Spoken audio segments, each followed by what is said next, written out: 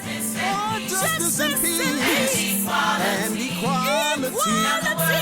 Game Changers Magazine, Game Changers Media Network, Voices of the Village podcast, where change starts with conversation. We're back with the Honorable Judge Stephen N. Knights Jr., Henry County State Court Judge, Game Changer, mover and shaker man, fair and impartial is what he does. That's it, fair and impartial. Right? Of course, all the time, every day of the week, following the black letter of the law, securing the rights of all, and serving the community with compassion and humanity. Right. That's it. Now, you had a program, we talk about you dealing with the youth and young people, and before you became a state court judge, Henry County, yes, sir. You boots on the ground, man. I read some of the things about what you did. I saw some of the things that you were doing out in Clayton County. And you had this initiative where you out in the state of Georgia and the world. Correct. Correct. It's not geographically based. Correct. Yeah. And shout out to Danny Nagel, man. Clayco till I die, man. Well, go ahead. Yeah, most definitely. But around the world, around the base, you were doing a lot of phenomenal things where you were introducing relationships with cops and bridging the gap between the youth and cops. Tell us about that initiative and how you went about it and what inspired that and what was the purpose behind that. You were one of the first to do it, Am the first. Okay, go ahead. All right, so, first of all, Danny Nagel, that's my guy. Okay. I just want to give him a shout out as well. So Danny Nagel was my intern. Wow. When I was an assistant district attorney, he was one of my interns, and then he became an intern working with me when I was in private practice at the Knights Law Group. Wow. So I've seen him his entire career from being a law student to being who he is today. Wow. So the power of inspiration, which is part of the Knights Academy. Okay. And so this is not something new. Right. So if you look at Danny Nagel, people know him now for all his billboards and all of that.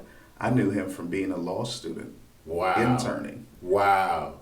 Right? And actually spoke with him up to yesterday. So,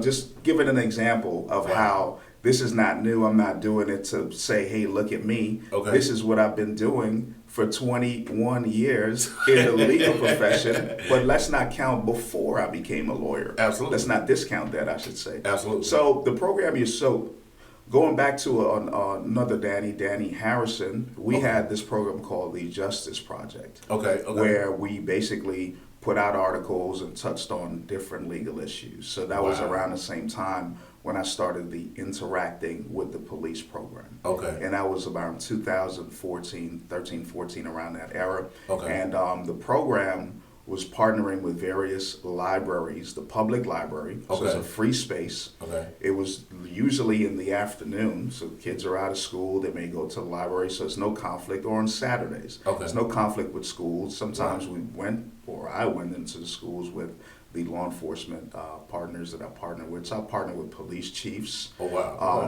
different agencies, different locations, and the program simply touched on basic interacting with the police. Okay.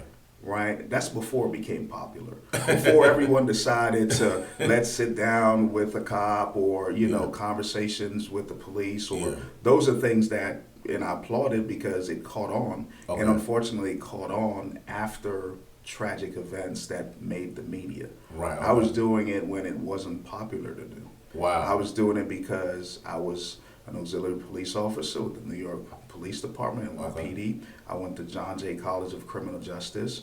Majority of my friends are now higher ups in different law enforcement agencies from the federal level to state agencies. So interacting with law enforcement, I'm no stranger to that.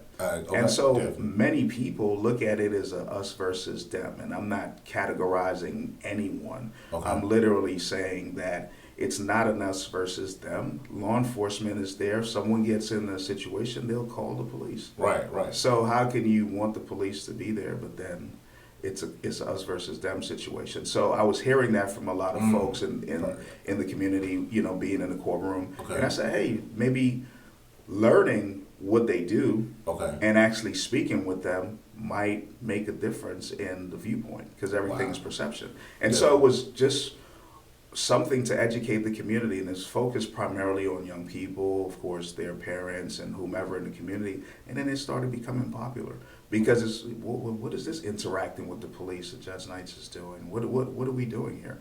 And then all of a sudden, you know, people started understanding. I'm simply just trying to educate because I'm an educator. Right. You know, well, now I shouldn't say everyone, but I've been a professor since 2008. You know, teaching criminal justice. Right. You know, teaching law and society courses, everything from criminal justice, legal courses. You know, business law. So it's natural for me to be an educator. My mother, retired educator. Yes. Yes. So it's natural for me to merge the law and education. Okay. My father being the judge, retired. My mom being the educator on all levels. Right. So I'm a product of my parents, and I give that back to the community in different ways. Man, I like how you say you're a product of your parents, because I know a lot of times we try to create these narratives and we try to create these, you know, monologues. Oh, second generation lawyer, second generation. But hey, mom was there too. Mom was always there. You was there in a two-parent household.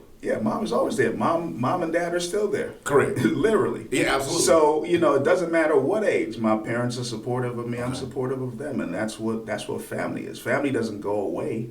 Wow. When you move away or when you move out of the home or you move wherever. Family is in your heart, and family is literally a phone call away. And so for me, when you think about it this way, you have to look at it this way, right? The only reason you hear about second generation judge is because my dad and I are in the same profession.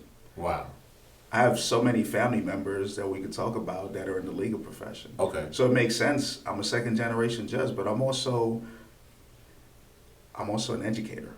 I'm a professor. I have an entire doctorate degree, you know, a doctor of philosophy in criminal justice. So if I were speaking to someone in the academic world, you know, it's Dr. Knights. Right. They'll call me Dr. Knights. My students call me Dr. Knights. In some circles, you'll only hear Dr. Knights. You know, taught at Morehouse College, Clark Atlanta University, Strayer University, DeVry University. All you hear is Dr. Knights. Man, you a young brother, man. How you packed all this in, man? I'm a young man. Yeah, I'm a young man. Like, how did you pack all this in? Like, I mean, I'm looking at the accomplishments and the people you inspire, the people that you trailblaze, you know, paving the way for, man. Man, you had to start putting that work at a young age, brother.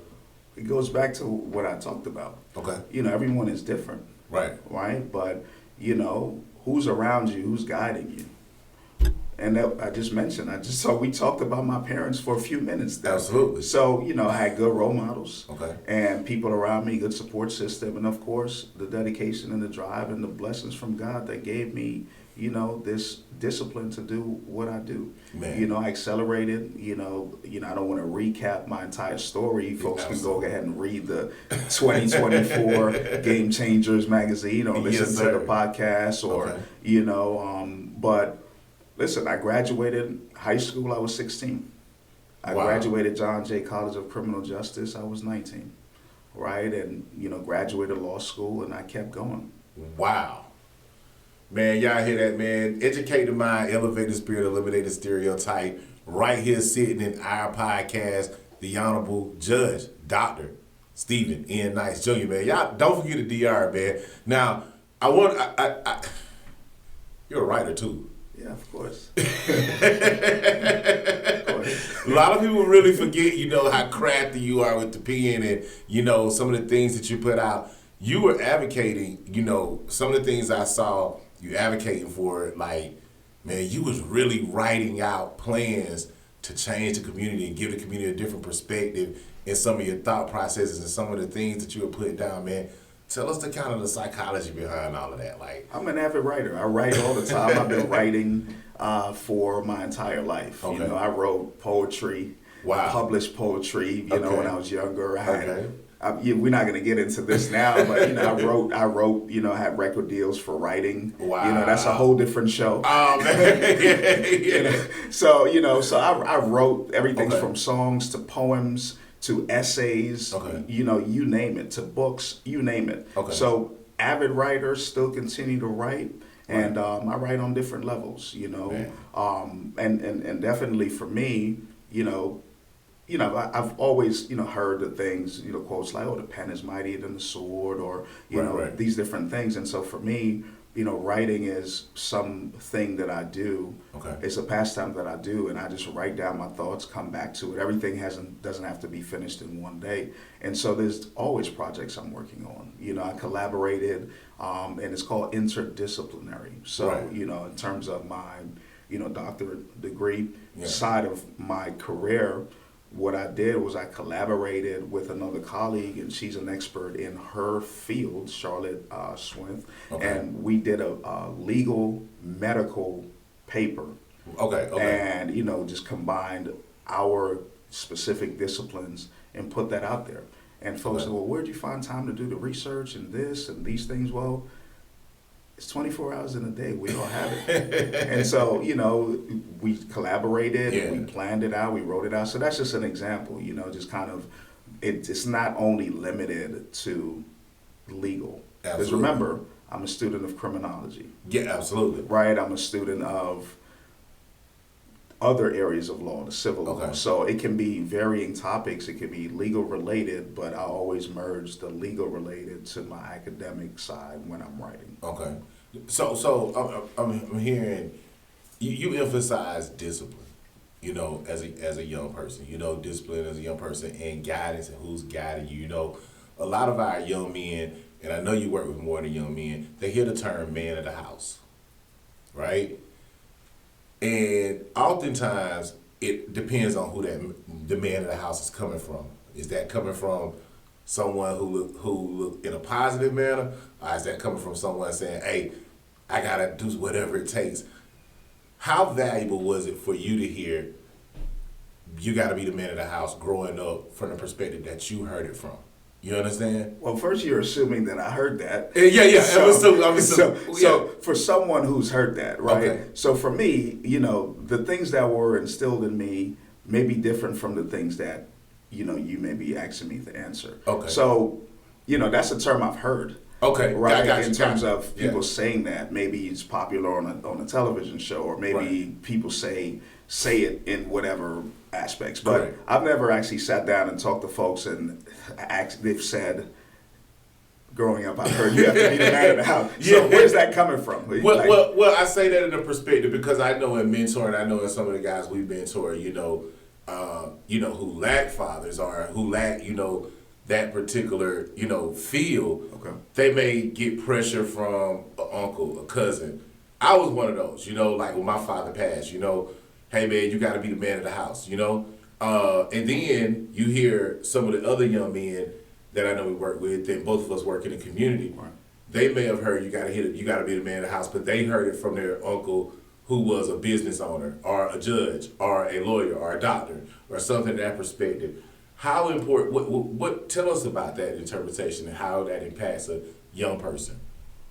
Well, in generalities, a young person has to be prepared for the future. Okay. All right. So whatever tools are given to them, right? Mm-hmm. That's how they prepare for the future. Okay. Speaking of writing, I wrote a paper related to the whole nature versus nurture. So you're already born with these innate things. You can't change them, right? You're born with them, right? Okay. And they could be outward, your eyes, your nose, or whatever. So those are things you're born that way. Right. And then internal, right, when we go to, the way your brain works, or these innate things that you already have. Right. We're not going to get into the whole thing, but you can do your research on that. You can't change those things. Some people may try, but that's what it is. Okay. And then there's nurture, right? Wow. That's the environment. That's the external factors that you can change. All right, that's the modeling behavior. I want to be like my brother or sister or uncle or all these people you mentioned who are good or bad or somewhere in between, or it's all relative. So there's different things that may impact a person. So the age-old conversation of the nature versus nurture, that's something that, That's something that we're still studying. I wrote so much about it. Others right. have wrote about it. So I won't dare to say what the psychological impact is on being the man in the house, because at what age is someone hearing that? Are they hearing that at 7, 8, 9, 15, 18? Yeah. What tools do they have at the time they're hearing it? How equipped are they? What does that entail? Does that entail getting a job, paying the bills? So it's such a broad question. It's that, well, and you actually answered the judge, because you went to the nature scenario, what I'm saying, the nurture, So and I believe that's one of the topics that you wrote about. Yes, sir.